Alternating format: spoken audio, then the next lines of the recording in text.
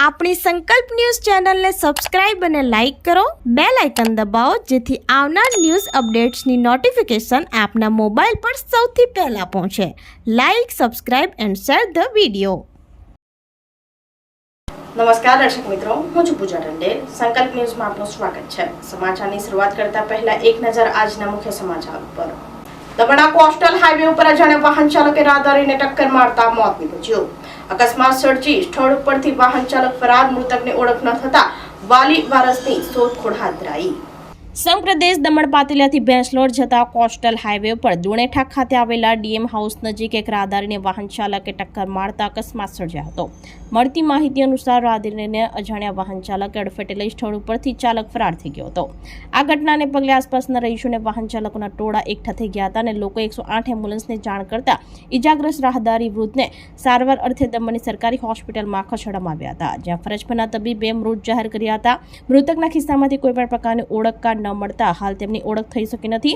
પોલીસે લાશને પીએમ અર્થે ખસેડી હતી. આ મામલે પોલીસે અકસ્માત સર્જીને ફરાર થયેલા વાહન ચાલકને ઝડપી પાડવા ચક્રો ગતિમાન કર્યા છે, તેમજ મૃતકના વાલી વારસોની શોધખોળ હાથ ધરી છે.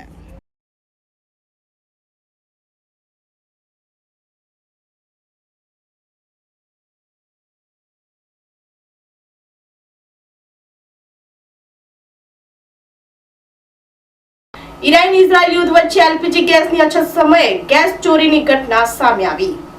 ભિલાડ હાઈવે પર 17 ટન એલપીજી ગેસ ભરેલ ટેન્કરમાંથી ગેસ ચોરી કરતા 3 ઇસમો ઝડપાયા.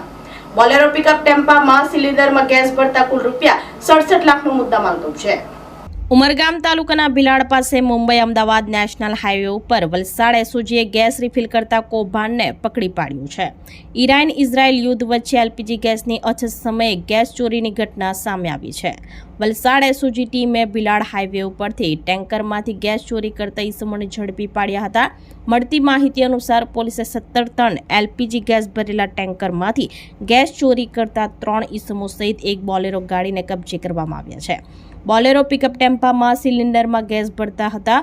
કુલ 67 લાખ રૂપિયાના મુદ્દામાલ સાથે 3 લોકોની અટકાયત કરવામાં આવી છે. મુંબઈ અમદાવાદ હાઈવે ઉપર ગેસ રિફિલ અને ગેસ ચોરીની ઘટનામાં વધુ તપાસ પોલીસે હાથ ધરી છે.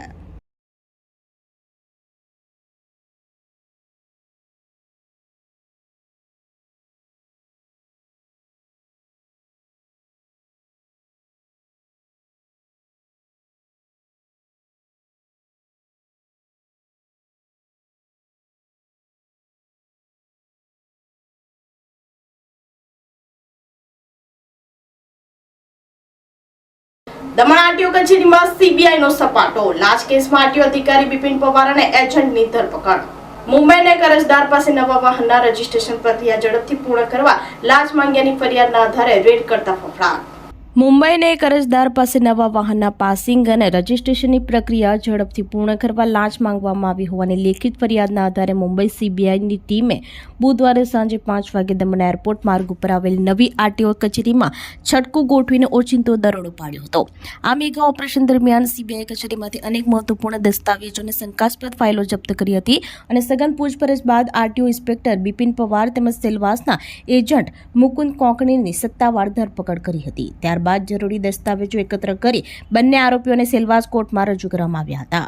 કોર્ટે આરટીઓ અધિકારી બિપિન પવારના 5 દિવસના અને એજન્ટ મુકુંદ કોંકણીના 3 દિવસના સીબીઆઈ કસ્ટડી રિમાન્ડ મંજૂર કર્યા છે, જેને પગલે મુંબઈ સીબીઆઈ બંનેને વધુ તપાસ અર્થે મુંબઈ ખાતે લઈ ગઈ છે.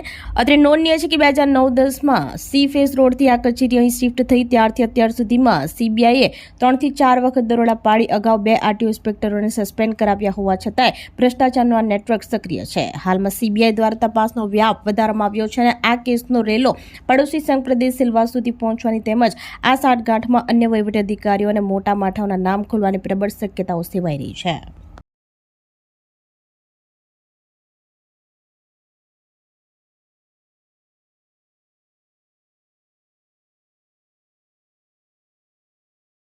નાનાપોંડા પોલીસે ગેરકાયદેસર 41 ગ્રામ ગાંજો સાથે એક ઇસમને ઝડપી પાડ્યો, જ્યારે એક ઇસમ વોન્ટેડ. નાના પોંડા પોલીસે ગાંજાના જથ્થા સાથે કિસમને ઝડપી પાડ્યો હતો. નાના પોંડા પોલીસની ટીમને મળેલ બાતમીના આધારે કરમખલ ગામે તપાસ હાથ ધરી હતી. ત્યારે ગોડાઉન પાસે ખુલ્લી જગ્યામાં એક કિસમ આકાશ ઉર્ફે બાદલ મુન્નાસિંહ રાજપૂત ઉંમર વર્ષ 19 રહેવાસી કરમખલ નાના પોંડાની તપાસ કરતા તેના પાસેથી ગેરકાયદેસર 41 ગ્રામ જેની કિંમત 2050નો ગાંજાનો જથ્થો મળી આવ્યો હતો. તેમજ આ ગાંજો અંગે પૂછપરછ કરતા રવિયો રહેવાસી નાના પોંડા મૂળ રહેવાસી બિહાર જેના પૂરા નામઠામની ખબર નથી પાસેથી ગેરકાયદેસર ગાંજાનો જથ્થો ખરીદેલ હોવાનું જણાવતા તેને વોન્ટેડ જાહેર કરી NDPS એક્ટ હેઠળ ગુનો નોંધી વધુ તપાસ હાથ ધરવામાં આવી હતી.